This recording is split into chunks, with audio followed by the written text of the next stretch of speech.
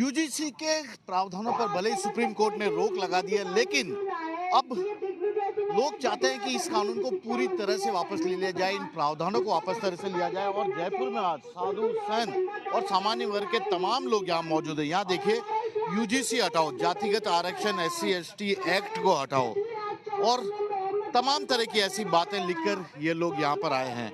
और यहाँ पर केवल एक समाज के नहीं है, बल्कि सामान्य वर्ग के तमाम लोग यहाँ पर मौजूद है। करनी सेना भी यहाँ पर मौजूद है, विप्र समाज भी मौजूद है और युवाओं को मौका दिया जा रहा है कि वे कुछ बोलें, क्योंकि ये सीधा उनसे जुड़ा मामला है।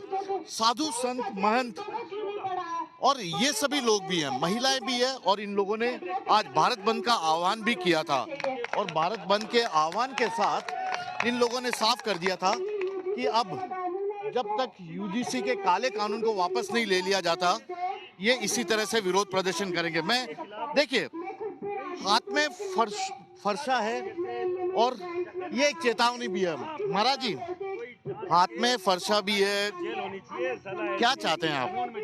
जी, देश में जो असमानता और भेदभावपूर्ण जो नीतियां लाई जा रही है उन्हें समाप्त करवाने के लिए जन आंदोलन उभरा है और देश का सोना कहा जाने वाला स्वर्ण समाज अब जाग उठा है। तो क्या आपको लगता है, अभी तो सुप्रीम कोर्ट ने स्टे दे दिया है, अब तो शांत हो जाना चाहिए? स्टे क्या होता है, खाली रोक लगाई है, कानून तो वापस नहीं हुआ ना। तो जब तक कानून वापस नहीं होता, देश में असमानता और भेदभावपूर्ण नीतियां खत्म नहीं होती, अब स्वर्ण समाज पे चुप रहने वाला नहीं है। मतलब आप चाहते हैं कि SC ST एक्ट और जितने भी एक्ट हैं वो सब, देश में जितनी भी भेदभावपूर्ण नीतियां चल रही है, SC ST एक्ट कह लो, जिन्हें प्रलोभन दिया जाता है, लाभ के नाम पे, अनुदान के नाम पे 8-8 10-10 लाख रुपए पैकेज दे देकर हमारे स्वर्ण समाज के गरीब बच्चों को, जो दबे कुचले लोग हैं, उनको उनका शोषण किया जाता है, उन्हें दबाने का प्रयास किया जाता है। ये सारी योजनाएं बंद होनी चाहिए। अब देश ने बहुत देख लिया। फरसा किसको डराने के लिए, किसको समझाने के लिए? डराने के लिए नहीं, न्याय लेने के लिए। हमारे देवी देवताओं के हाथ में, एक हाथ में फरसा होता है, एक हाथ में आशीर्वाद होता है। तो बस वही चीज है, या तो इससे मान जाओ या फिर इससे मान जाओ। आप चॉइस आपकी है, जो लेना चाहो, जो आप हमसे लेना चाहोगे वो दोनों तैयार है। फरसा चाहिए तो फरसा और आशीर्वाद चाहिए तो आशीर्वाद। देखिए, बहुत बड़ी बात कही है कि समझ जाइएगा, अभी भी वक्त है। महाराज भी हमारे साथ। महाराज जी, क्या हो रहा है, कुछ समझ में आ रहा है? देखिए, पिछले 10 वर्षों से अगर देखें तो एक समय ऐसा आया था, पिछली बार भी हमें आंदोलन करना पड़ा क्योंकि एक एक्ट लाया गया मोदी जी के द्वारा, एट्रोसिटी एक्ट। उसमें भी आपने देखा हमने बहुत बड़ा आंदोलन किया और उस एट्रोसिटी एक्ट को वापस करवाना पड़ा। आज वैसे ही दोबारा फिर एक जातिगत भेदभाव करने के लिए एक नया एक्ट हमारे सामने पेश कर दिया गया। वो तो खुद एक ठाकुर जी की ऐसी कृपा रही परमात्मा की कि हमें स्टे मिल गया, नहीं अन्यथा अमित शाह जी जिस हिसाब से लोकसभा में चिल्ला चिल्ला के कह रहे थे कि ये कानून वापस नहीं लिया जाएगा, तो हमें एक डर सा माहौल हो गया था। हम उसकी दोबारा सरकार से यही मांग करते हैं कि आप सरकारी वकील नहीं खड़ा करके इसको क्यों ना इसको एक्ट को वापस लिया जाए। संत महात्मा आने को मजबूर हैं।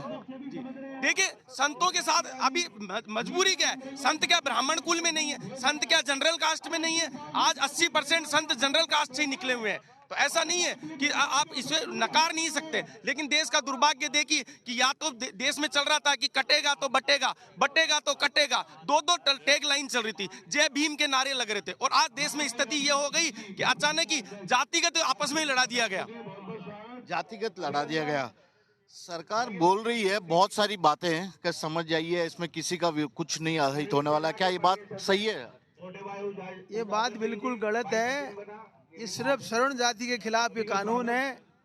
जो 10% लोग सवर्ण जाति के हैं उनके खिलाफ ये कानून है। तो 90% लोग हैं उनको क्या करवावट है? 10% के खिलाफ क्यों जा रहे हैं? आज पूरे हिंदुस्तान की सरकार को सोचना चाहिए कि हिंदुस्तान में ब्राह्मण बनिए, राजपूत काहे सारे बीजेपी के वोट हैं और बीजेपी के साथ रहते हैं। इसलिए इस कानून को वापस लेना चाहिए, निश्चित रूप से वापस लेना चाहिए।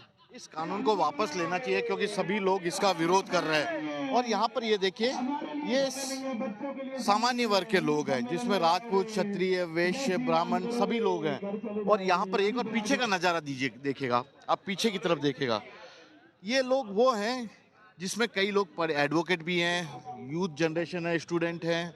और ये सभी लोग केवल एक ही मांग कर रहे हैं, क्यों भेदभाव किया जा रहा है, क्यों इस तरह से भेदभाव करके बंटवारा किया जा रहा है हर जगह पे।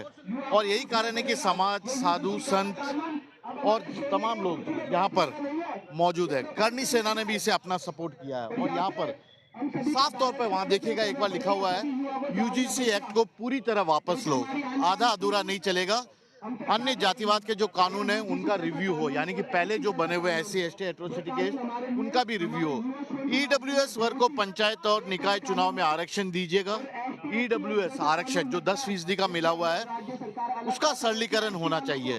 तो यहाँ पर जातिगत भेदभाव बढ़ाने वाली तमाम नीतियों का विरोध करने के लिए ये लोग यहाँ पर मौजूद हैं और ये लोग बार बार केवल यही कहने की कोशिश कर रहे हैं कि इस तरह से भेदभाव सही नहीं है। और यहाँ पर करनी सेना के भी महिपाल मकराना है, जो करनी सेना पहले भी इस पर मशाल रैली निकाल चुकी है, देश भर में आंदोलन रैली कर चुकी है और साफ कह दिया कि विधानसभा का घेराव भी होगा।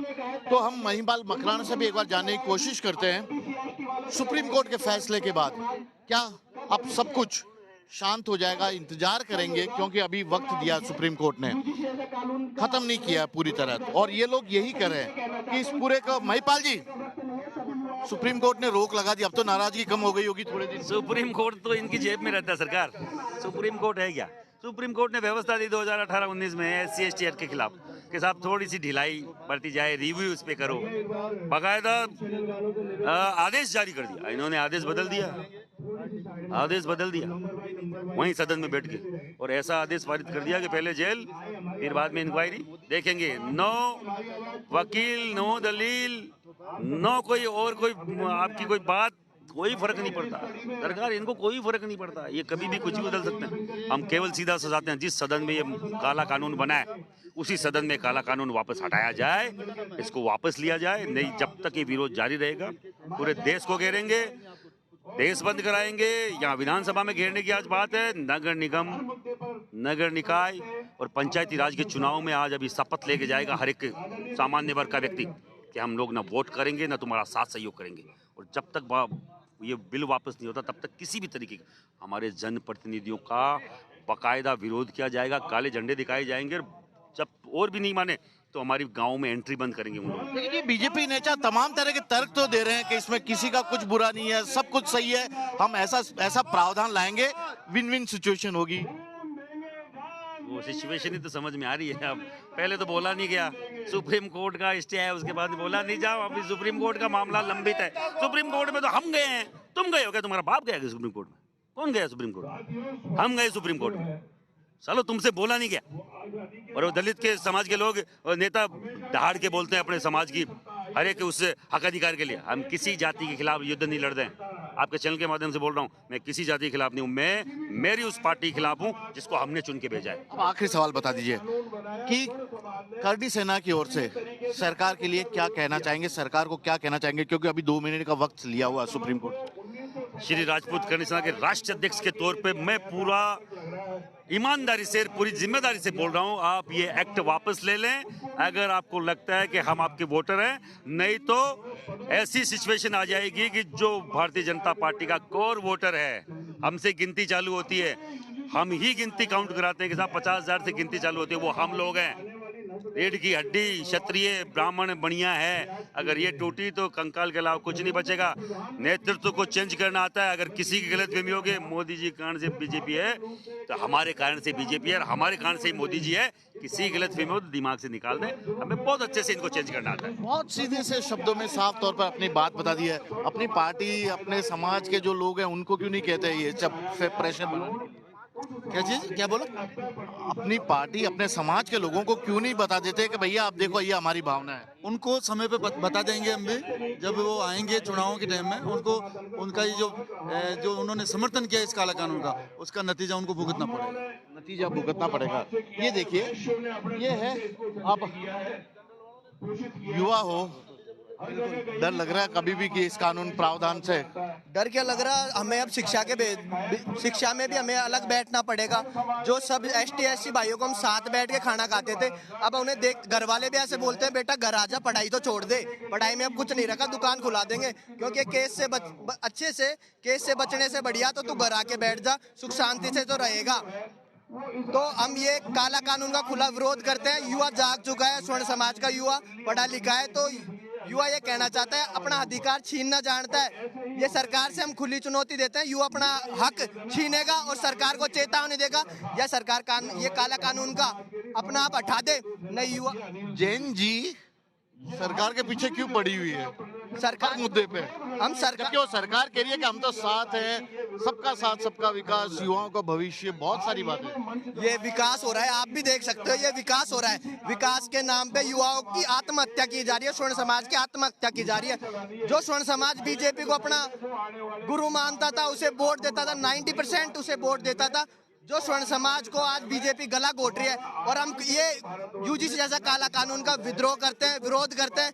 यह सरकार इस कानून को हटा दे, नहीं तो युवा रोडों पर उतरेगा। सरकार को मैं खुली चेतावनी देता हूँ। ये देखिए, करनी सेना से बात की है, साधु संतों से बात की है, हमने युवाओं से भी बात की है।